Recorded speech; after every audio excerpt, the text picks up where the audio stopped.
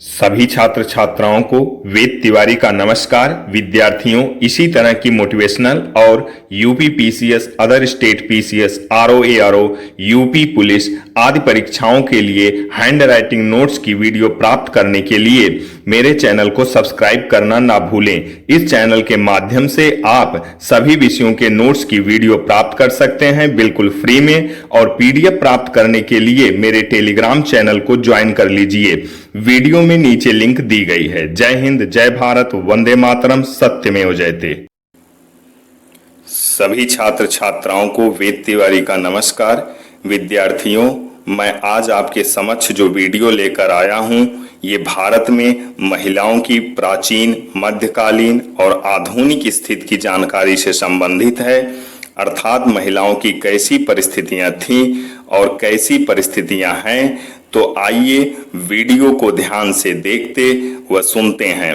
निबंध ए से conditions of women, महिलाओं की परिस्थितियां। जिस घर या समाज में महिलाओं की पूजा होती है, उस घर या समाज में देवता निवास करते हैं। रूपरेखा। प्रस्तावना। प्राचीन भारत में महिलाओं की स्थिति, मध्य युग में महिलाओं की स्थिति, ऐतिहासिक प्रथाएं, सती प्रथा, जौहर प्रथा, पर्दा प्रथा, देवदासी प्रथा। अंग्रेजी शासनकाल में महिलाओं की स्थिति, स्वतंत्र भारत में महिलाओं की स्थिति, महिलाओं द्वारा हासिल उपलब्धियां, महिलाओं की संस्कृति और सभ्यता, शिक्षा और आर्थिक विकास, श्रम शक्ति की भागीदारी, भूमि और संपत्ति संबंधी अधिकार, महिलाओं के विरुद्ध अपराध, यौन उत्पीड़न, दहेज, बाल विवाह, कन्या भ्रूण हत्या, घरेलू हिंसा, तस्करी, स्वास्थ्य, परिवार नियोजन, कला और मनोरंजन में महिलाओं की स्थिति, खेल में महिलाओं की स्थिति, राजनीति में महिलाओं की स्थिति, साहित्य में महिलाओं की स्थिति, वाणिज्य में महिलाओं की स्थिति, महिलाओं के प्रति कानून की लापरवाही, उपसंहार। प्रस्तावना। भारत में महिलाओं की स्थिति ने पिछली कुछ सदियों में कई बड़े बदलावों का सामना किया है। प्राचीन काल में पुरुषों के साथ बराबरी की स्थिति से लेकर मध्ययुगीन काल के निम्न स्तरीय जीवन और साथ ही कई सुधारकों द्वारा समान अधिकारों को बढ़ावा दिए जाने तक भारत में महिलाओं का इतिहास काफी गतिशील रहा है। आधुनिक भारत में महिलाएं राष्ट्रपति, प्रधानमंत्री, लोकसभा अध्यक्ष, प्रतिपक्ष की नेता आदि जैसे शीर्ष पदों पर आसीन हुई हैं। प्राचीन भारत में महिलाओं की स्थिति। विद्वानों का मानना है कि प्राचीन भारत में महिलाओं को जीवन के सभी क्षेत्रों में पुरुषों के साथ बराबरी का दर्जा हासिल था। हालांकि कुछ अन्य विद्वानों का नजरिया इसके विपरीत है। पतंजलि और कात्यायन जैसे प्राचीन भारतीय व्याकरणविदों का कहना है कि प्रारंभिक यानी वैदिक काल में महिलाओं को शिक्षा दी जाती थी। ऋग्वेद ऋचाएं यह बताती हैं कि महिलाओं की शादी एक परिपक्व उम्र में होती थी और संभवतः उन्हें अपना पति चुनने की भी आजादी थी। मध्य युग में महिलाओं की स्थिति। समाज में भारतीय महिलाओं की स्थिति में मध्ययुगीन काल के दौरान अधिक गिरावट आई, जब भारत के कुछ समुदायों में सती प्रथा, बाल विवाह और विधवा पुनर्विवाह पर रोक सामाजिक जिंदगी का एक हिस्सा बन गई थी। भारतीय उपमहाद्वीप में मुसलमानों की जीत ने पर्दा प्रथा को भारतीय समाज में ला दिया। राजस्थान के राजपूतों में जौहर की प्रथा थी। भारत के कुछ हिस्सों में देवदासियां या मंदिर की महिलाओं को यौन शोषण का शिकार होना पड़ा था। बहुविवाह की प्रथा हिंदू क्षत्रिय शासकों में व्यापक रूप से प्रचलित थी। इन परिस्थितियों के बावजूद भी कुछ महिलाओं ने राजनीति, साहित्य, शिक्षा और धर्म के क्षेत्रों में सफलता हासिल की थी। ऐतिहासिक प्रथाएं। ऐतिहासिक प्रथाएं निम्नलिखित हैं। सती प्रथा। सती प्रथा एक प्राचीन और विलुप्त रिवाज है। कुछ समुदायों में विधवा को अपने पति की चिता में अपनी जीवित आहुति देनी पड़ती थी। हालांकि यह कृत्य विधवा की ओर से स्वैच्छिक रूप से किए जाने की उम्मीद की जाती थी। ऐसा माना जाता है कि कई बार इसके लिए विधवा को मजबूर किया जाता था। जौहर प्रथा। जौहर का मतलब सभी हारे हुए, सिर्फ राजपूत योद्धाओं की पत्नियों और बेटियों के शत्रु द्वारा बंदी बनाए जाने और इसके बाद उत्पीड़न से बचने के लिए स्वैच्छिक रूप से अपनी आहुति देने की प्रथा अपने सम्मान के लिए मर मिटने वाले पराजित राजपूत शासकों की पत्नियों द्वारा इस प्रथा का पालन किया जाता था। यह कुप्रथा केवल भारतीय राजपूतों शासक वर्ग तक सीमित थी। पर्दा प्रथा। पर्दा वह प्रथा है जिसमें कुछ समुदायों में महिलाओं को अपने तन को इस प्रकार से ढकना जरूरी होता है कि उनकी त्वचा और रूप रंग का किसी को अंदाजा न लगे। यह महिलाओं के क्रियाकलापों को सीमित कर देता है। यह आजादी से मिलने जुलने के उनके अधिकार को सीमित करता है तथा यह महिलाओं की अधीनता का एक प्रतीक है। देवदासी प्रथा। देवदासी दक्षिण भारत के कुछ हिस्सों में एक धार्मिक प्रथा है जिसमें देवता या मंदिर के साथ महिलाओं की शादी कर दी जाती है। यह परंपरा 10वीं सदी एडी तक अच्छी तरह अपनी पैठ जमा चुकी थी। बाद की अवधि में देवदासियों का अवैध यौन उत्पीड़न भारत के कुछ हिस्सों में एक रिवाज बन गया। अंग्रेजी शासन काल में महिलाओं की स्थिति।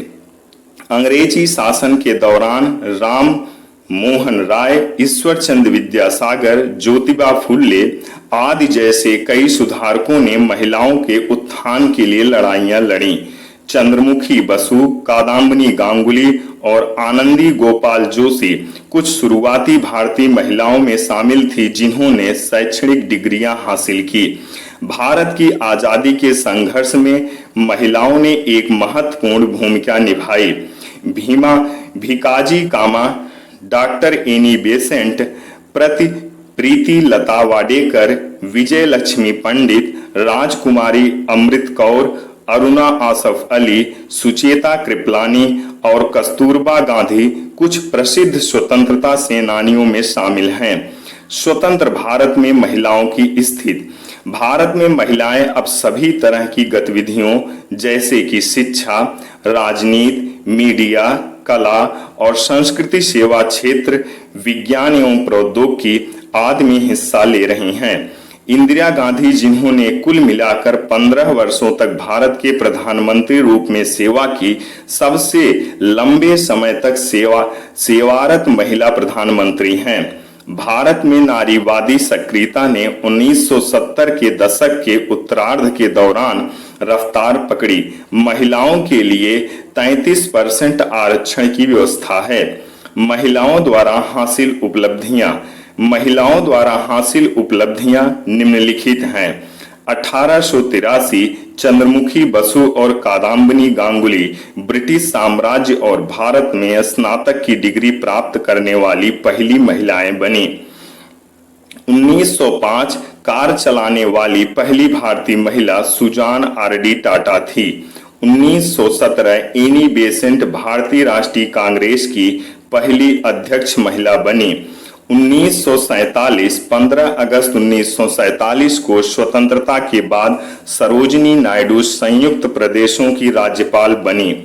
1959 अन्ना चांडी केरल उच्च न्यायालय की पहली भारतीय महिला जज बनी। 1963 सुचेता कृपलानी उत्तर प्रदेश की मुख्यमंत्री बनी।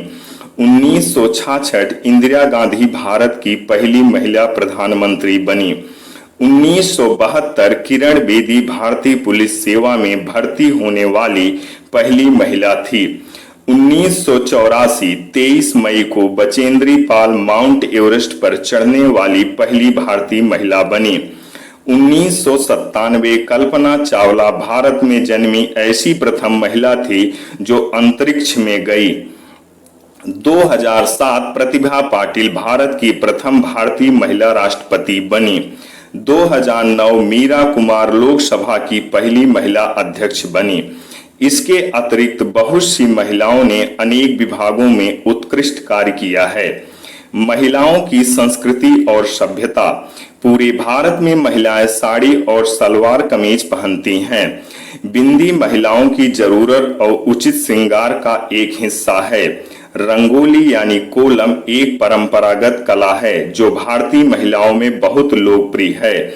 यहाँ की महिलाओं को उनकी सभ्यता के कारण जाना जाता है। शिक्षा और आर्थिक विकास।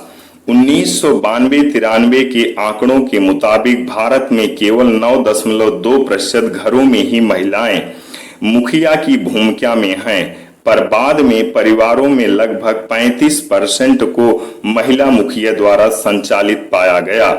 भारत में महिला साक्षरता दर धीरे धीरे बढ़ रही है, लेकिन यह पुरुष साक्षरता दर से कम है।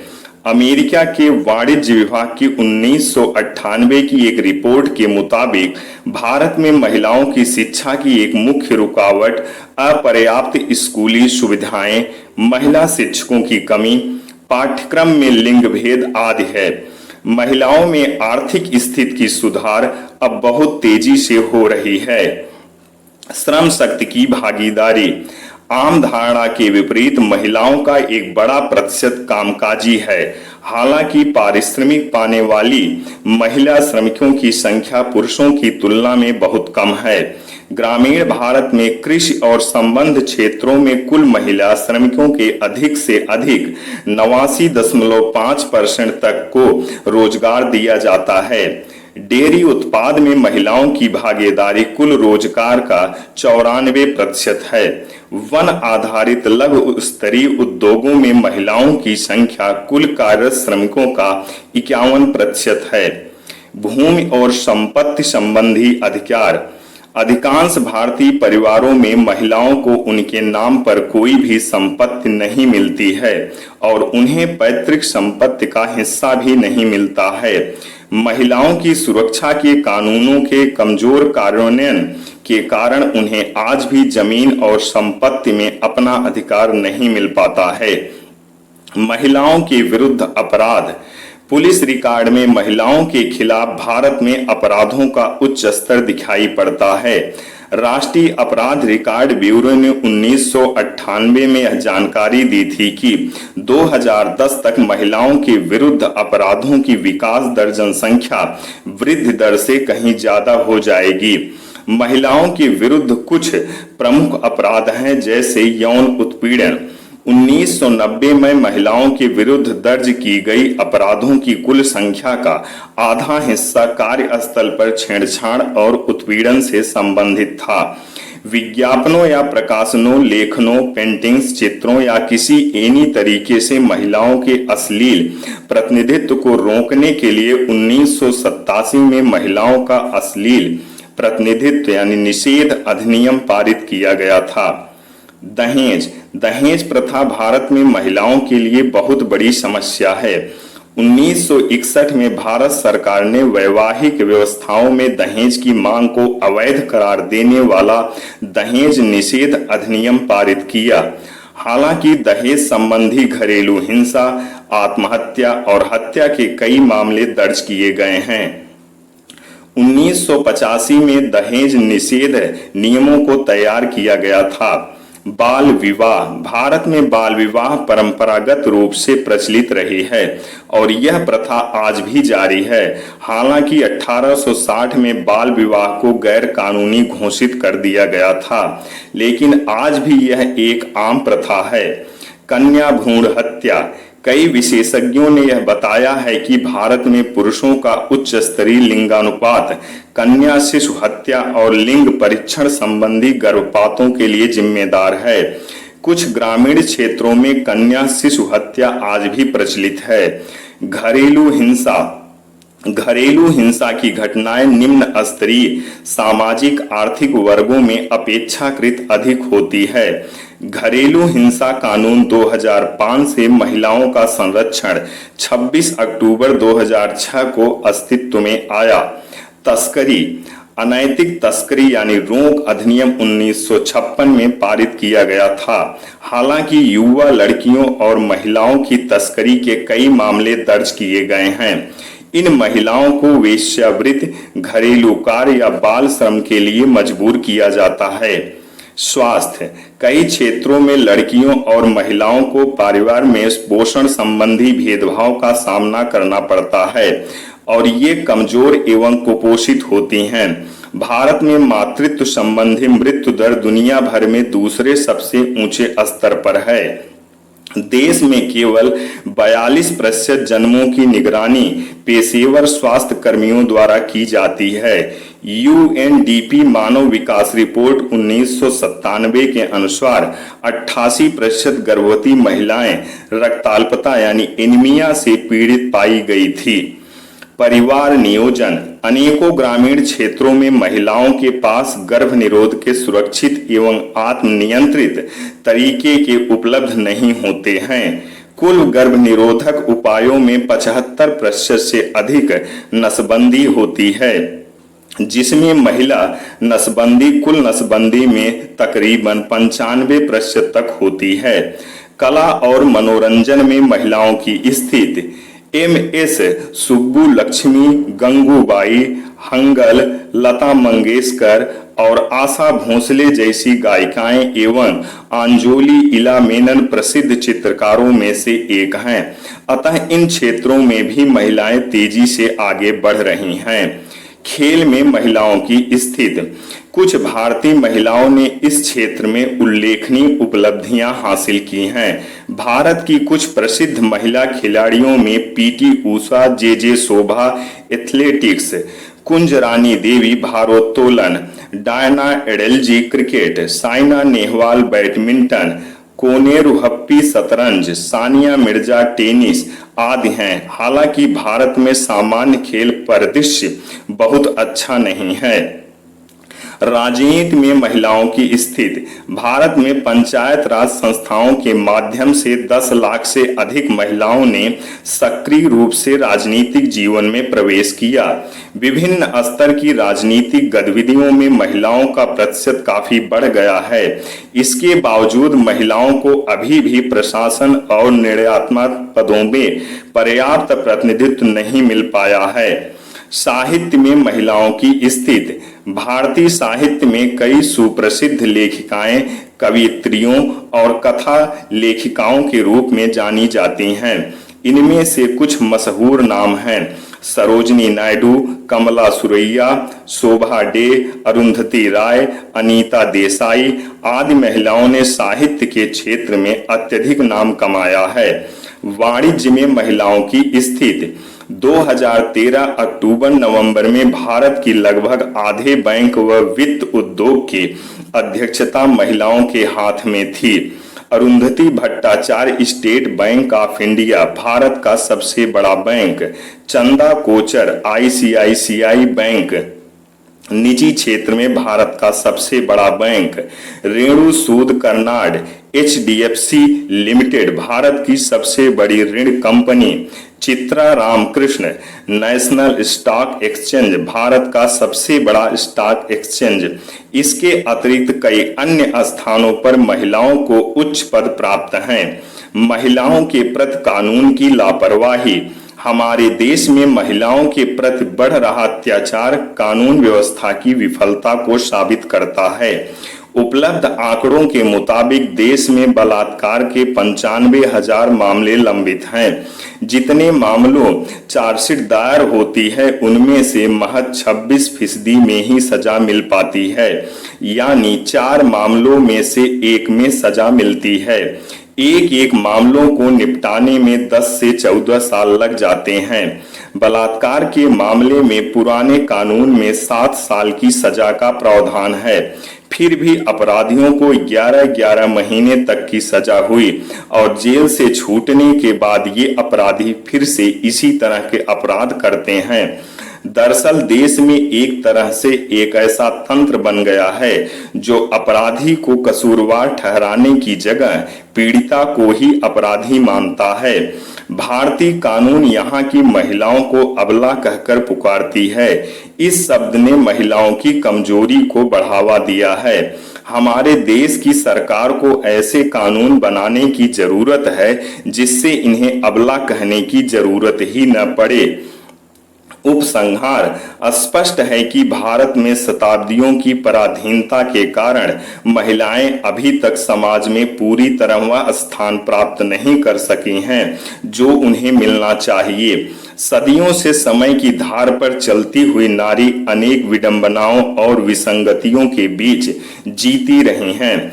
आज की संघर्षशील नारी इन परस्पर विरोधी अपेक्षाओं को आसानी से नहीं स्वीकारती हैं। सीता के समय के और इस समय के सामाजिक परिवेश में बहुत बड़ा अंतर है।